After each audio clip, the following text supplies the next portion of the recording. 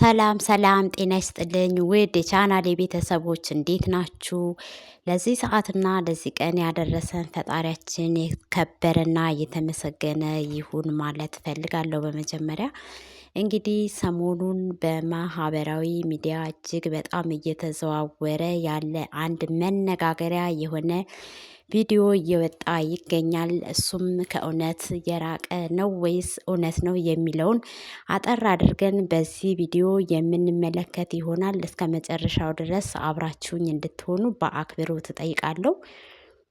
ውድ የቻናሌ ቤተሰቦች ቻናሉን ላይክ እና ሰብስክራይብ እያደረጋችሁ እስከ መጨረሻው ድረስ አብረን እንቆያለን ማለት ነው። እንግዲህ ከዚህም በፊት እጅግ በጣም አነጋጋሪ የሆነ ሞቅና ድምቅ ያለ ሰርግ የሮዚና የከድር ሰርግ ማለት ነው።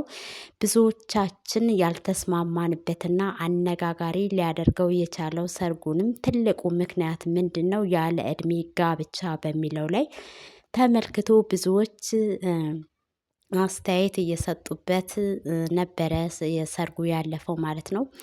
ሮዚ ሀገሯን ኑሯን በአሜሪካን ሀገር ያደረገች የ55 አመት እንደሆነችም ይታወቃል። እሱ ደግሞ ባለቤቷ ማለት ነው ከድር የ25 አመት ወጣት ነበረ። 55 እና 25 አመት መሀል ያለው የእድሜ ልዩነትን በማየት ብዙዎቻችን የተነጋገርንበትና አስተያየት የተሰጠበት ሰርግ ቢሆንም ሰርጉ ግን ትልቅና ብዙዎችን ጉድ ያስባለ ሰርግ ሞቅና ደመቅ ያለ የሰርግ ፕሮግራም እንዳሳለፉ ከዚህም በፊት ይታወቃል። አሁን ላይ ደግሞ ሮዚ እያለቀሰች የፖሰተችው ቪዲዮ ምንድነው? ምን ሆና ነው ያለቀሰችው የሚሉም አልጠፉም ማለት ነው።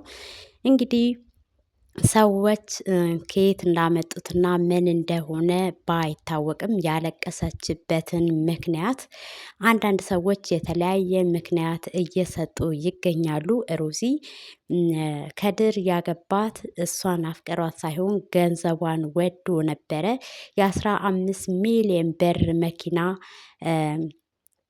የተገዛ መኪናና አንዳንድ ንብረቶቿን በ80 ከተፈራረመ በኋላ ዘርፏት ሄዷል። ሮዚ በጣም ተማራ እያለቀሰችና እየተበሳጨች ትገኛለች ያሉ መረጃዎችም እየወጡ ይገኛሉ ማለት ነው። አሁን ላይ ግን ራሷ ሮዚ በቪዲዮ ላይ የለቀቀችው ቪዲዮ እጅግ በጣም የሚገርምና የሚደንቅ እንደሆነም ታይቷል። እናንተ እኔ ሳለቅስ ምን ሆነሽ ነው ያለኝ ማነው? ቪዲዮውን ብቻ ወስዶ ግን የ15 ሚሊዮን መኪና ይዞባት ጠፋ፣ ንብረቷን ዘረፋት ከማለት ውጪ እኔ ያለቀስኩበትን ምክንያት የጠየቀኝ አለ ወይ ስትልም ተናግራለች ማለት ነው። እንግዲህ ሰዎች ስታለቅስ ስላዩት ብቻ የማይመጥናትን ልጇ የሚሆነውን ከድርን ስላገባች ሌላ ሊሆን አይችልም። ንብረቷን ነው ዘርፏት የሄደው እንጂ ምን ሆነች በሚል በግምት የተወራብኝ ነገር ነው እንጂ እኔ መኪናዬን ዘርፎኝ ያለ ንብረቴን ለቃቅሞብኝ ሄዶ አይደለም። መጥፎ ነገርም አታድርጉ፣ አትመኙ። እስካሁን ድረስ ያለው የትዳር ሁኔታችን ግልጽና አሪፍ ነው እያለችም ትገኛለች። እኛም የምንፈልገው ላንቺ ብዙ ነገር ያወጣሽበትና የለፋሽበት የሰርግሽ ፕሮግራም እንደሆነም ይታወቃል።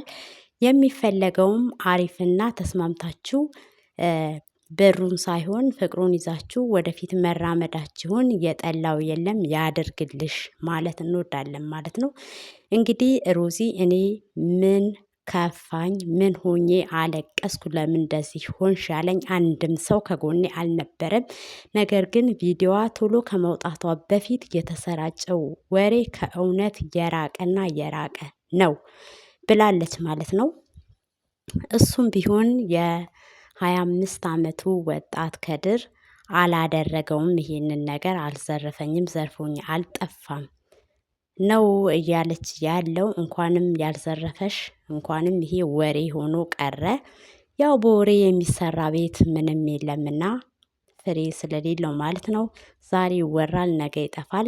የሚፈለገውና ትልቁ ነገር መጀመሪያም የሰርጉ ቀን እንዳለው አፍቅሬሽ የተናደዱና የቀኑ ሁሉ ሳገባሽ ያብዳሉ ይቃጠላሉ እንዳለውም ፍቅራችሁ ወደፊት ይቀጥል።